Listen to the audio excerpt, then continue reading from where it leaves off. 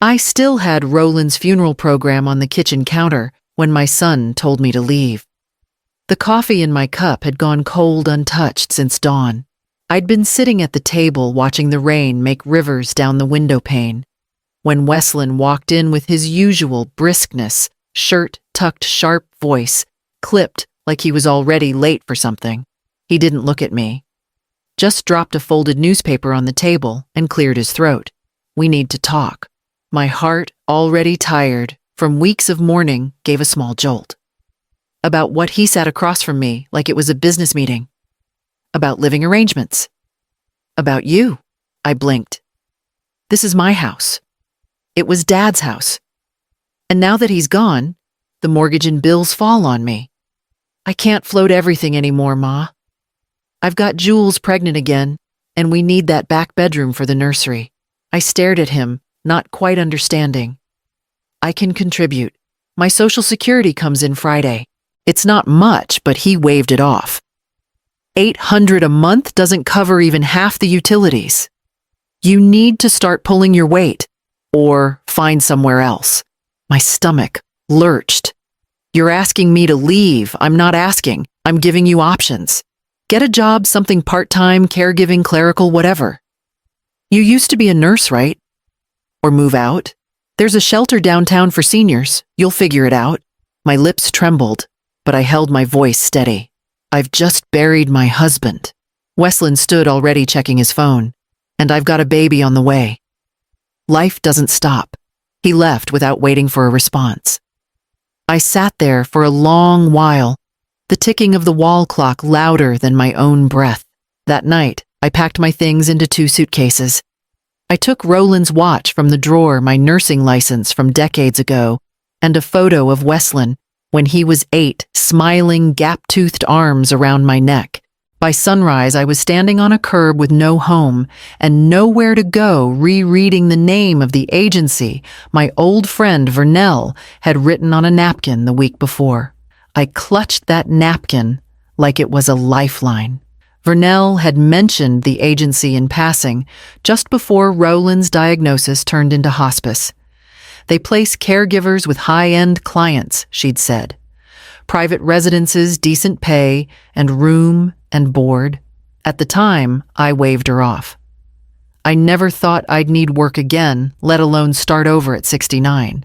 The woman on the phone sounded surprised. I still had a valid license. "It's a companion care role," she explained. "Not clinical. Mostly meal prep conversation assistance with mobility. The client is a paraplegic gentleman, very private, but stable. We've had trouble keeping someone long-term. If you're willing to meet him, I can arrange an interview." I didn't ask for details. I just wrote down the address. 2 days later, a cab dropped me at the end of a gravel drive flanked by towering iron gates. Past them stretched a lawn so green it didn't look real, trimmed hedges in perfect symmetry, and a house that might as well have been a museum. 3 stories of dark brick and leaded windows stared down at me like they'd never known hunger or heartbreak. I hesitated, fingers tight on my suitcase handle.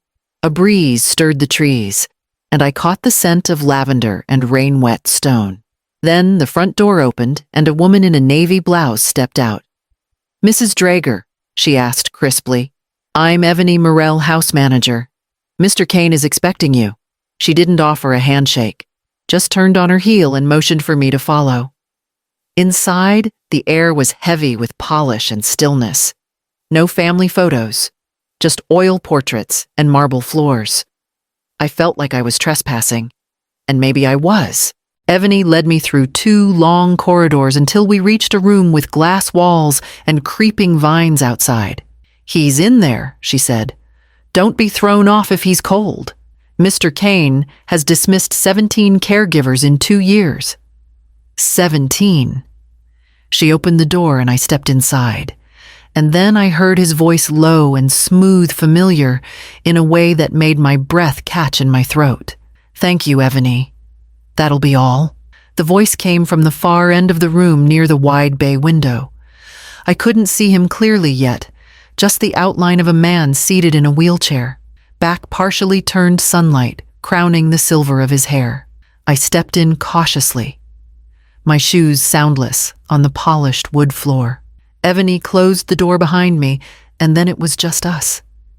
He turned slowly, the wheels of his chair whispering against the floor, and when his eyes met mine, everything in me froze. Blue. Not the faded blue of age, but piercing, relentless eyes I hadn't seen in nearly 50 years.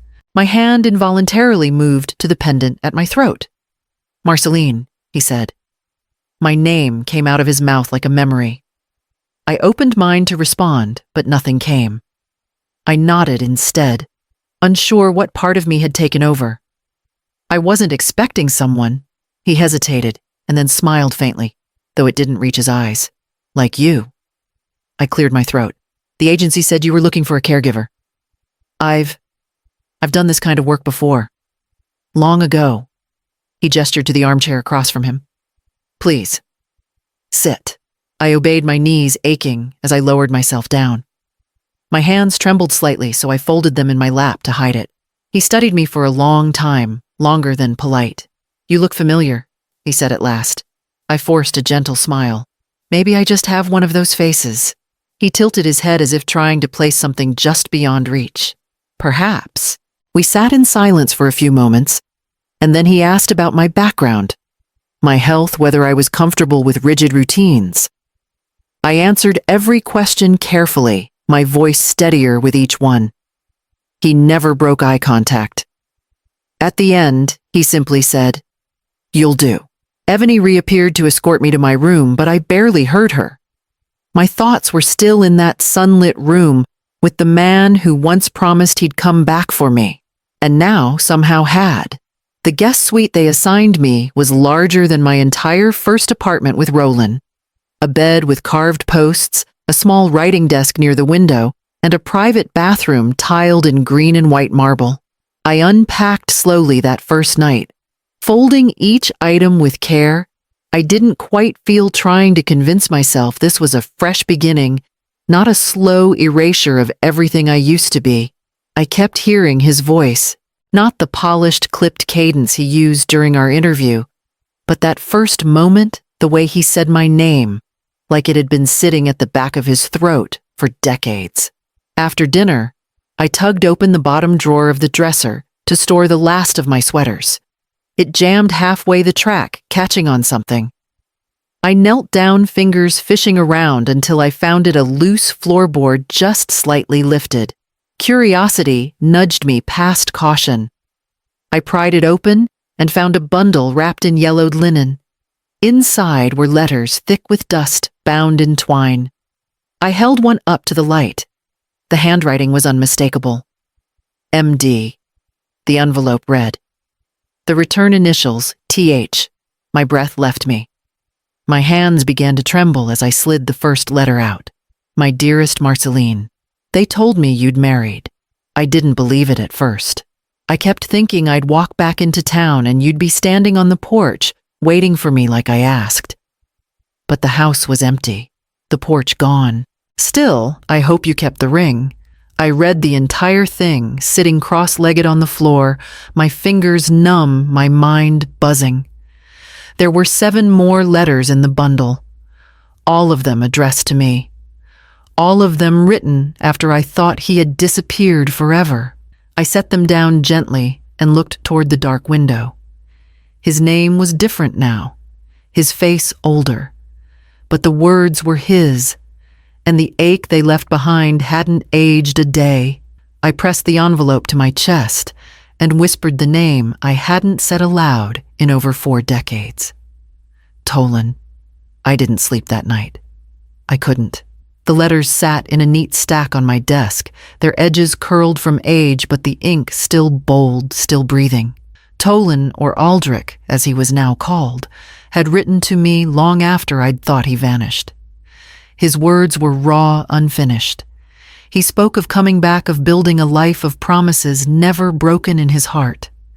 But by the time those words were penned, I had already married Roland, and I had already given birth to Weslin. I got up just before dawn and returned to the drawer, needing to be sure I hadn't imagined any of it. As I reached for the linen wrap again, something else slid free from the bundle.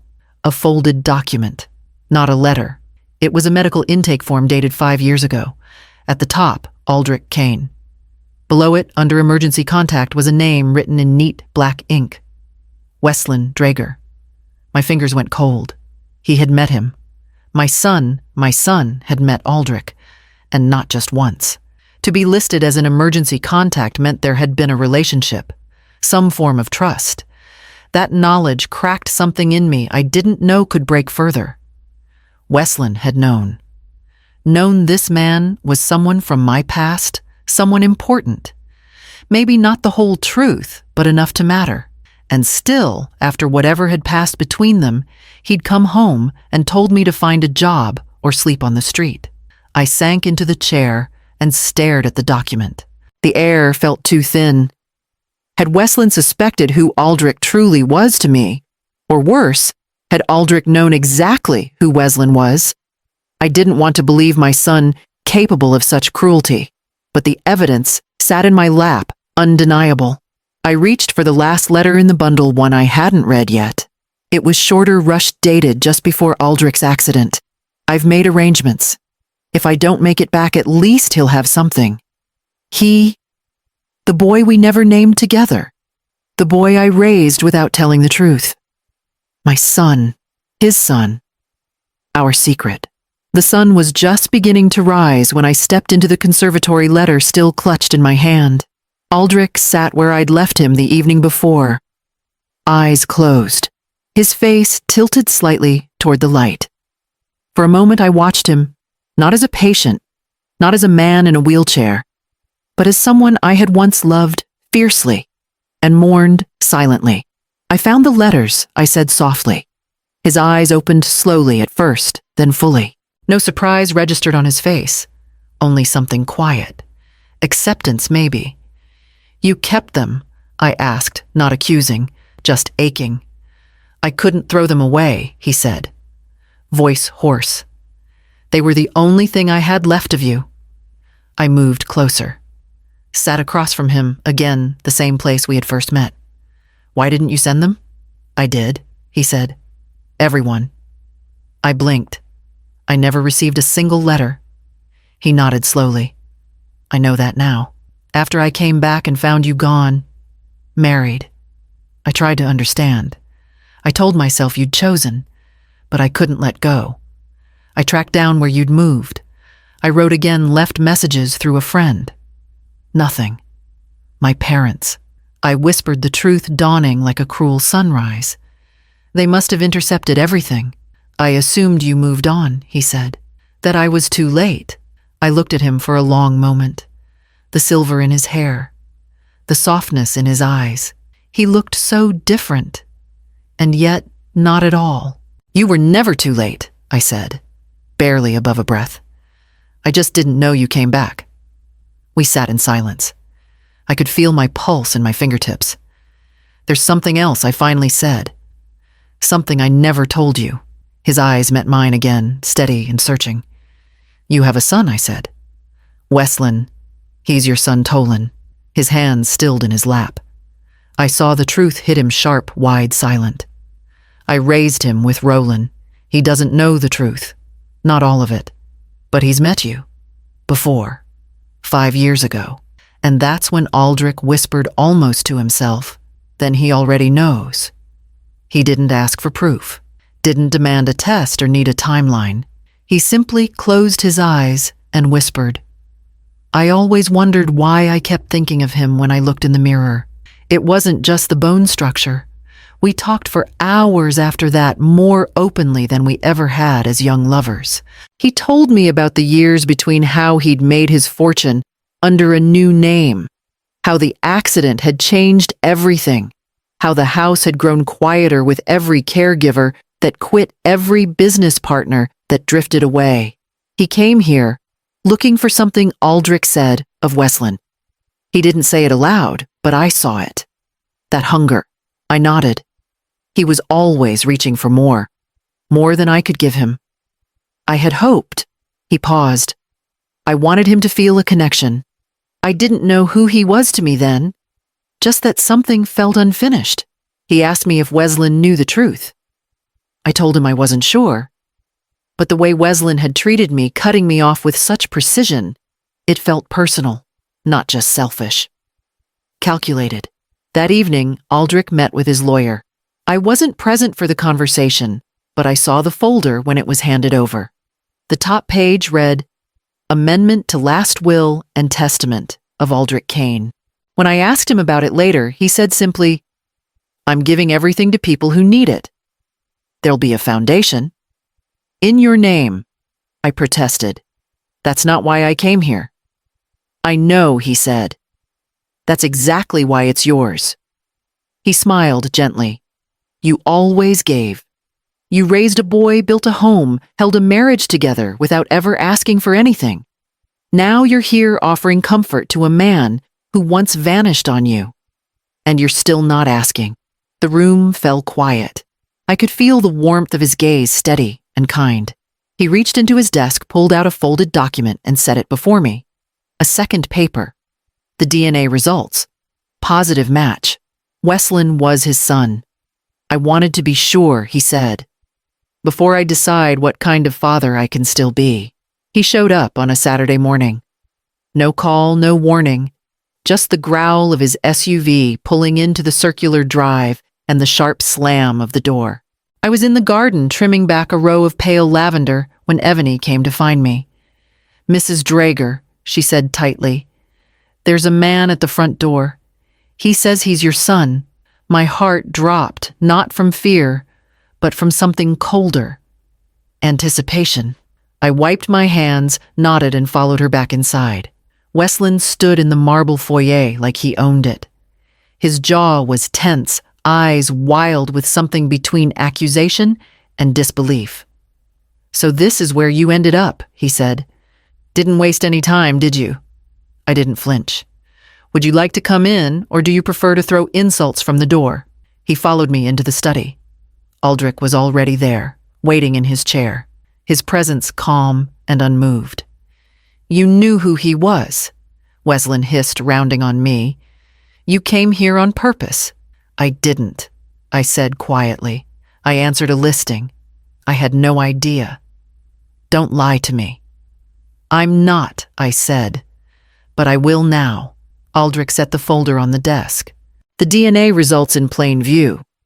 Weslin didn't pick it up, but he glanced at it, jaw twitching. You knew, I said. 5 years ago. You met him. You were listed as his emergency contact. He said nothing. You could have told me, I continued. You could have told him. Instead, you let me think I had no place. You threw me out of my own home. Weslin's eyes shifted to Aldrich. So what now? You give her the house, the money, and I'm what cut out. Aldrich's voice came low and sharp. You're not being cut out. You were never written in. Weslin opened his mouth, but Aldrich raised a hand. You came here for inheritance. She came here with nothing. You made your choice. My son stared at us, eyes burning. And then, for the first time in my life, he looked exactly like a stranger. He turned without a word and walked out. We listened as his footsteps faded down the hall. The silence after he left was a strange kind of relief. Aldrich sat still for a long time, fingers lightly pressed against his lips, like he was absorbing the weight of everything that had just passed between father and son. I stood behind him, one hand resting on his shoulder, not needing to speak. There were no words that could make it cleaner, easier. Some wounds weren't meant to heal with explanations. He didn't even ask why I kept his name, I said.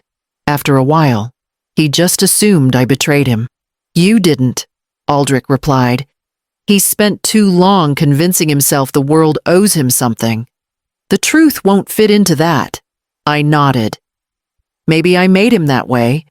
Maybe I gave too much, made excuses too often. You raised a child on your own without telling anyone the truth, he said. That wasn't weakness. That was protection. The sky outside had shifted. Evening crept in slowly, and with it a kind of clarity I hadn't felt in years. I thought about all the times I'd held back, stayed quiet, chosen not to say what I wanted, out of fear it would seem selfish. But fear had shaped too many of my decisions. I didn't want it shaping what came next. I'm tired of waiting for permission to live my own life, I said. Tired of mourning what I never had. Aldrich turned to me, something hopeful in his expression. I don't need a wedding, I added. I don't need fanfare or photos.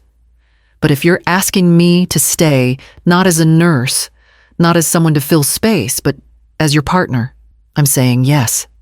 His eyes glistened. I wasn't sure you'd still want me. Like this. I want you exactly like this, I said. Not who you used to be. Who you are now. He reached into the drawer beside him, and for a moment I thought he'd pull out another document. But instead, it was a small velvet box. Inside, nestled in the fabric, was a simple silver ring.